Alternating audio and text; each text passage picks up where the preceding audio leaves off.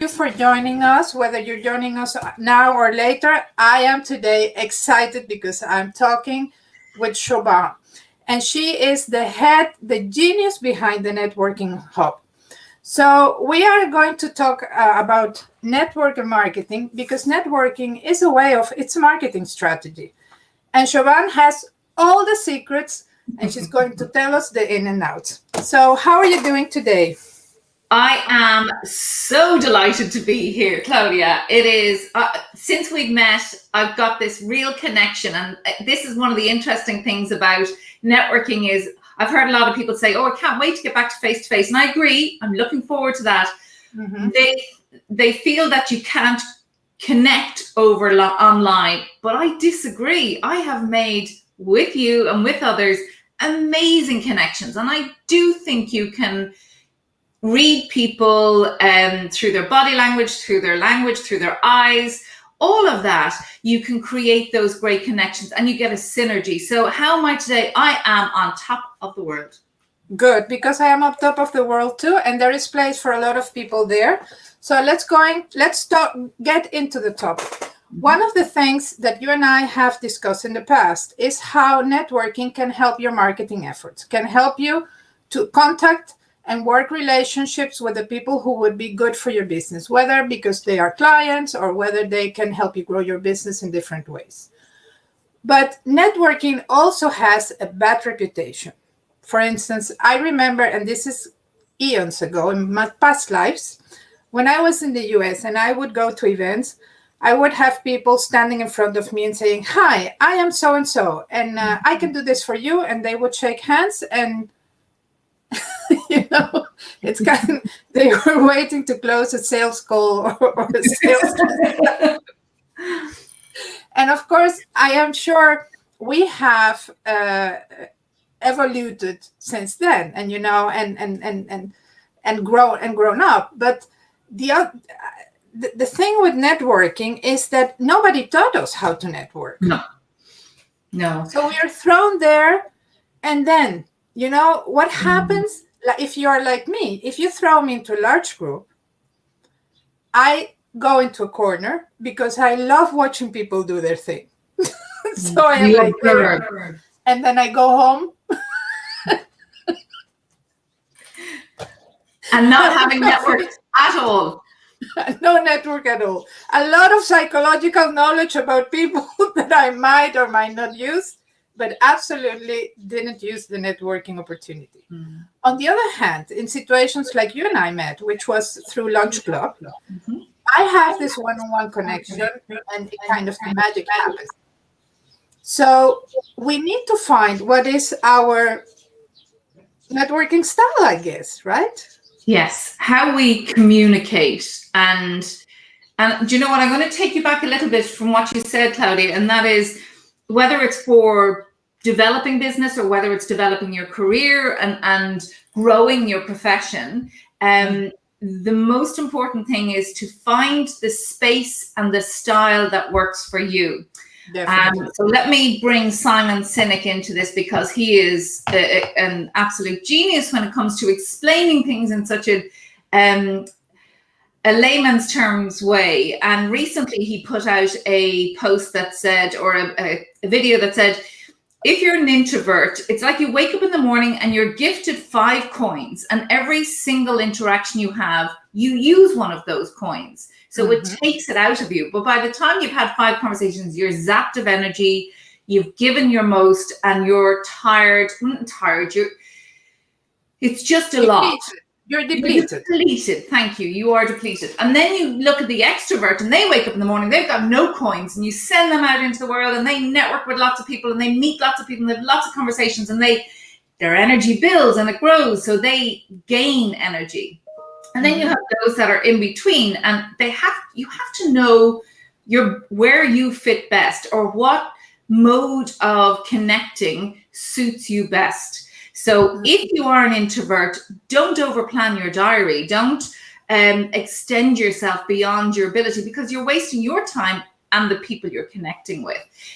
Or you're also, it just puts that, as you say, the feeling that networking is not for you, because it gives you it's this. So But I think it's not only filling your agenda with the appointments. It's also finding the best situation to network. Because, for instance, in marketing, it's so funny because in marketing, I have a marketing style quiz, and I have 4 personalities. So I have the introvert and the extrovert, which are the 2 poles of the, and then in between you have the one-on-one person and the tribal. So the one-on-one is less of an introvert, and the tribal is somewhat less of an extrovert, right? But for instance, for introverts, I tell them that they can use social media like LinkedIn because it gives you the time to think your answers, and people is not like a crocodile on the river waiting for a reply. So it gives you the chance to consider the question, to weigh your answer, and in line with your alignment with your nature and your communication style, you can interact with somebody else. Like a Facebook Live would be very taxing on this person because you need to be, on the edge and fast. And introverts, it's not that introverts are slow people, not at all, but it's very taxing, all this dynamic. So you need to find what is your style, and also what is the medium that helps that style. So true. And also why. So the all-important why. Why are you networking? Why are you marketing? Why are you putting yourself out there, or your products or your service or your business? What is the purpose? What is the goal?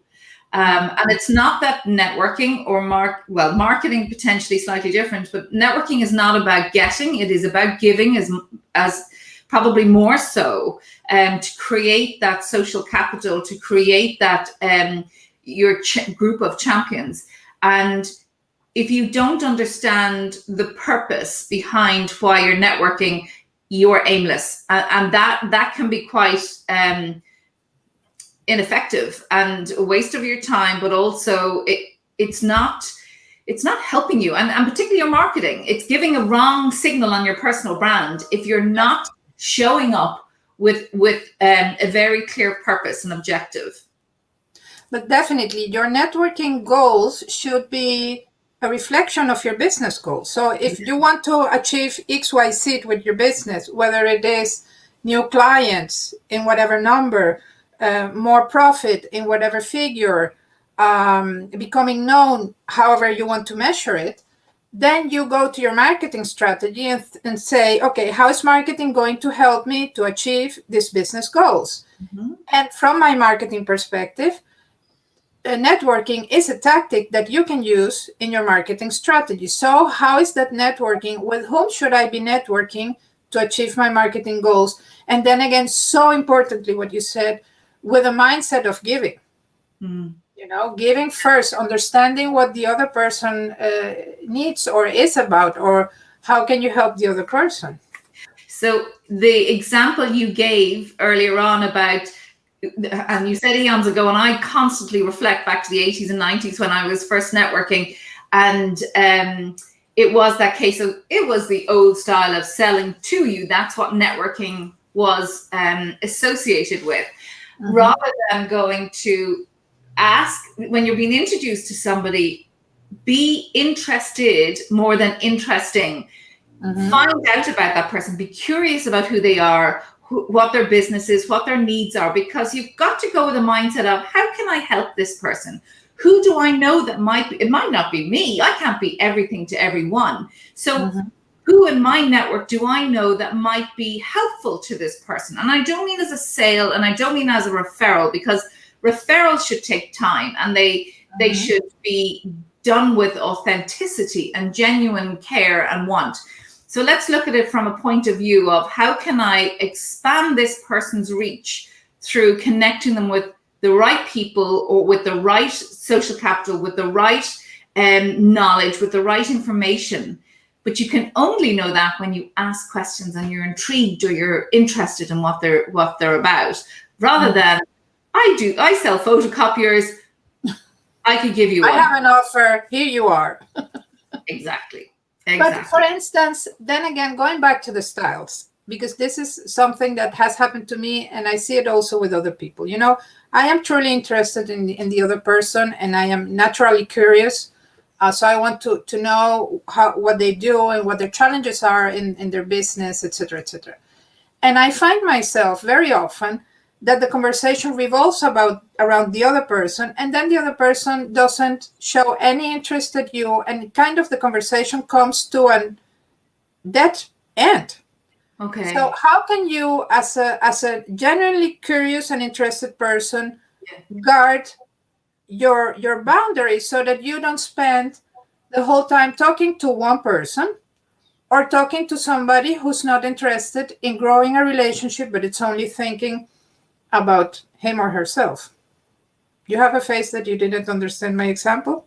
Oh no, I do. And I'm just trying to give my personal view would be not everybody's going to be how you are or how you network, and you've got to value your time and you've got to value your knowledge and decide, well, look, this person maybe I can't help or is not interested in my help or being connected. So I'm going to say thank you and leave it. Yeah, it's okay to do that. I mean, I remember attending an event when I lived in London. I attended this event, and the advice, I really liked the advice from the people running it. They said, look, you are here to meet new people and connect with new people. Do not be afraid to move on from a conversation if it's come to a natural end. If there's no more to be said or there's other people that you want to meet, thank them, acknowledge the follow-up if there is going to be a follow-up, and it's really important to do that, and move on. Okay. It's not necessary to stay or to even feel that you have to keep flogging a dead horse. Definitely. And for instance, you and I met through Launch Club, and Launch Club facilitates profiles. So we did have, full name, and we could see each other's LinkedIn profile. So we had some framework of reference before we met. And when we finally met, the conversation between us went very natural, so natural that we're sitting here. Yes. But when you have these large-scale events that even you don't know who the participants are, and you can do some screening or some pre-selection or some whatever, or what questions would you suggest to have a meaningful meeting, even if it's short? So, and that's happening more often now as we attend large virtual events, and they have these networking rooms where you're put into video scenarios like you and I are in right now, and you've no idea who this person is. They may not have filled out their profile, so you don't have any context around the individual. So I guess my advice again would be curious, ask them who they are, where they're based. Remember, we're talking to people. This is a conversation. It's not a business deal. It's not a business transaction. It is a conversation. So it might start off very light, but if there's a natural connection and a rapport, it will flow. You will have no problem. I think it's starting off. First one is hi. There's no simpler word in every language around the world. We can start off with hi. And I always find, particularly on the virtual piece, because our worlds we've been gifted with the expansion of meeting and talking to people anywhere in the world. Definitely. Yeah, I am in the Netherlands and you're in Ireland. Yes, yeah. And it didn't matter. The point was we found a common interest and conversation amongst ourselves. So I have found I've been in rooms where there is no conversation. So it's just break it short and say, look, really nice to meet you. Enjoy the rest of the event. Give me a shout or link in with me if you would like to, but just leave it. There's no pressure. I think it's just about starting that conversation, being curious about it. What I do is that, when you ask people what they do, very few people have a clear message, and then they start telling this, practically their CV, right? Yeah. So that's going nowhere. And you lose your attention because you're like, okay, where are you going to? What is what you are doing today? So one of the things I do to get the conversation going really quickly to something that's of value is, what are the challenges in your industry now? Okay, so they start to say, okay, in my industry, for instance, restaurants and cafes, the challenge is COVID has really hurt us, so we need to reinvent ourselves, whatever. So from there, you can say, okay, and how are you handling that challenge? How is the challenge affecting your business? You need a coach on that, really.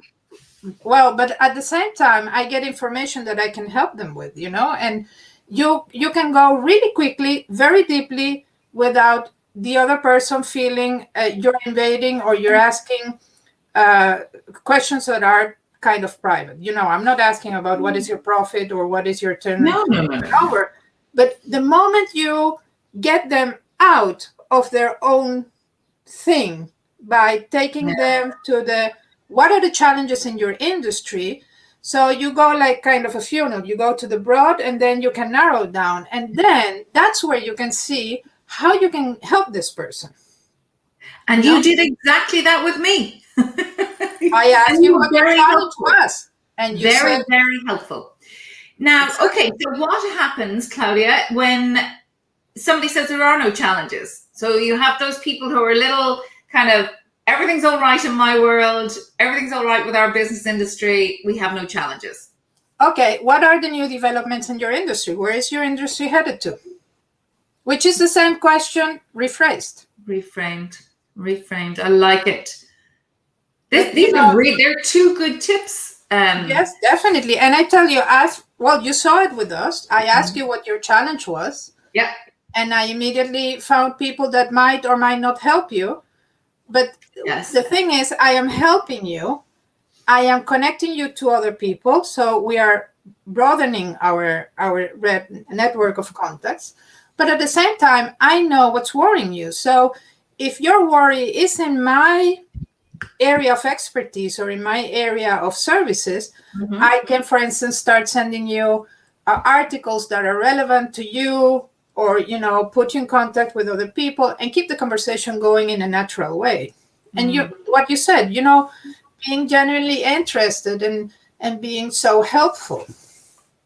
This is so true. And there's the other thing too. You're dipping into your social capital of sharing information, sharing connections. You mentioned to me about having resource and with another group that you're part of, and you reached out to them and you came back with help. So therefore providing value and creating value, and that's something that's really dear to my heart. Everything you do, think about it as adding value versus taking. Yeah, but then again, networking, like any other strategy or tactic that delivers value, you have to give it time. You have to give it time. You have to plan. So and you have to be consistent. And you have to be consistent. You have to follow up. There is a framework, so to speak, and a circle of activity that needs to be done in order to see results. So those who might be listening today or later who find that they network and they say, it just doesn't work for me, I'm not getting anything out of it, and you hear the language I'm using, I'm not getting anything out of it, I've gone to all these groups and I get nothing. So they're the people that expect instantaneous results. And anything that we do for our business, for our career, takes time, as you said, and you need to be consistent, like marketing. If you're putting messages out there online and social media or wherever it is, it needs to be consistent, because people don't react on a one-piece message. It's a cycle. They might even miss it. They might even miss it. But the other thing is, and you mentioned that to me when we met, is that when we start a business, or when we realize that networking could be a tool we can use, we don't know shit about networking, right? So we go and we do it the way it is. Yeah. But you have the networking hub, and you are a networking coach.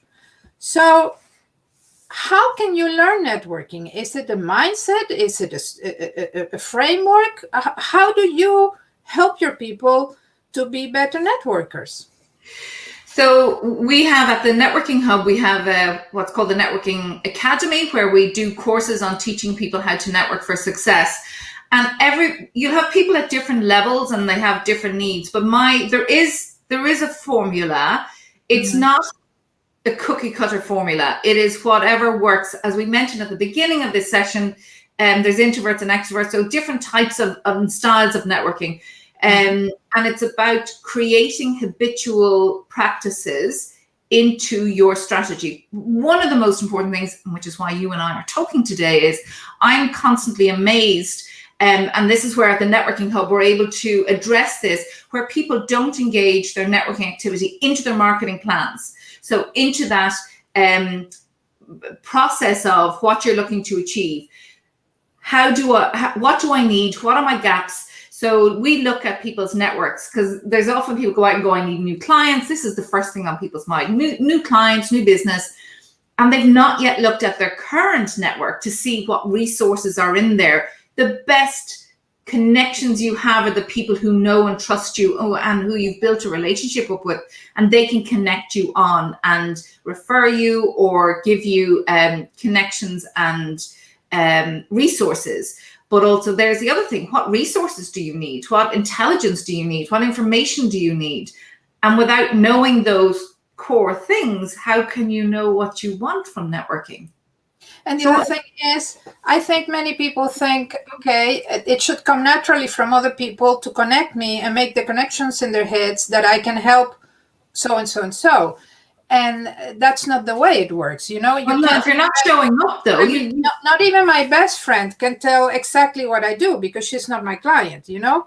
She sells me as a problem solver. You have a problem, go to Claudia. You have a communication problem, go to Claudia. But you know how many communication problems there can be? Yes. It can be writing, it can be editing, it can be thinking. So, you know, it's very broad. But we need to dare to ask people to help us to grow our network. So we need to ask people without fear. And we need to rely on the fact that people want to help people. We should erase this thought that, okay, this person is too busy, she doesn't have the time, she won't know how to help me. But we really need to take the first step and ask other people. But before we do that, you have to do your homework. So what you're looking for? Who are you looking for to be connected with? What for? But also you mentioned there, and I like that you brought it up, because there is the adage, it's not who you know or who knows you, it's who knows what you know. And so your friend has this in her mind, she believes she knows what you know or knows what you do. And this is the thing about communicating what we do. And it's not a case of listing off the products or services we do. It is the case of how we help people, how we support people. But if you don't have champions and you don't have sponsors of your work, of you as a person, then you're not networking with consistently. You're not showcasing yourself. It's like anybody in a career. Unless you are visible to the people in your company in one shape or another, whatever way that is, they don't know you. So how can they put you forward when the time is right to do so? And like in business, how can somebody put your name forward if they don't know who you are and they don't know what you do? So ensuring that you network with consistency in whatever format or whatever groups. So the Networking Hub, we provide a facility to network consistently with a group that welcomes, you visited those groups, that welcomes in other people as well. But it's a case of the more I talk to these people, I'm building up my network, I'm building up my social capital, and I know that when I need help, I can go to that group. And indeed, I talked to them. I was invited then separately to have one-on-ones, and before the ones in the networking rooms, I was so surprised to see that people was up to speed on what the other person in the room was up to and what their business was. And, they would say, last time we talked, and that's real network. Now a thorny question. And I say thorny because it can be a tricky area, but do men and women network differently? Yes, they do. And they network equally well together, but there is a different style of networking. I think with and I'm going to maybe silo this into business women who work for themselves and have their own businesses. There's more around the emotional support, the trust, the goodwill. and men are about getting to the facts and the figures and now they're equally supportive, but there's just a different language and a different way of doing it. That's not to say together they don't create fantastic networks, but it depends on the level of networking, how deep, how surface level you want to go. I think there is a different way, but both are precious and both are very valuable. So I think it's also for those looking for networks or those wanting to try it out, find the right space for you. And I do believe there's a place. I used to run an all-female network. Now our network, the Networking Hub, is open to everyone. It's non-gender specific because we want to open the conversation. It's also global. So for us, it's really important to hear other people's knowledge and culture and experiences in business, because we are going to be a global network with no boundaries. And that's not too far away. And COVID has definitely put us into a faster pace pathway to get there. So it is important to know what's out there and who's out there and how we can support one another.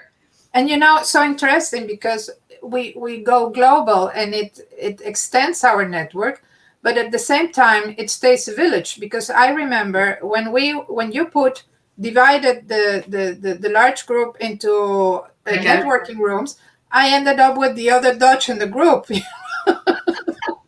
I said that was just so random. And it was random, but that tells you that, it is a global, but at the same time, it's a village, it's close to you. And she lives very far away from me, but she's Dutch. And the fact, that immediately connected us. But it was so funny that you had mostly Irish in that group, or Saudi Arabian, Irish, Scottish, South African. There was lots of, Yes, but here's the thing. There's different nationalities, even in the countries that we're in. So, and I know your background, you have a beautiful background of experience of where you're born, where you've lived, and all of that matters.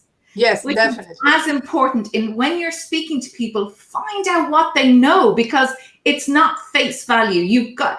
People are so interesting. And we've got to be interested in finding out more about them. Definitely. And you have to put skin in the game. Definitely. Put skin in the game. I love that. Thank you so very much for this exhilarating conversation. I am sure we're going to meet again in this space. If people want to contact you, they can. I will add the link to your site. So I highly suggest try it out, because the group is super interesting, and you really do a great work at telling people how to do it and helping them to get the best. Thank you so very much, and hope to see you soon. It's been an honor. Thank you, Claudia.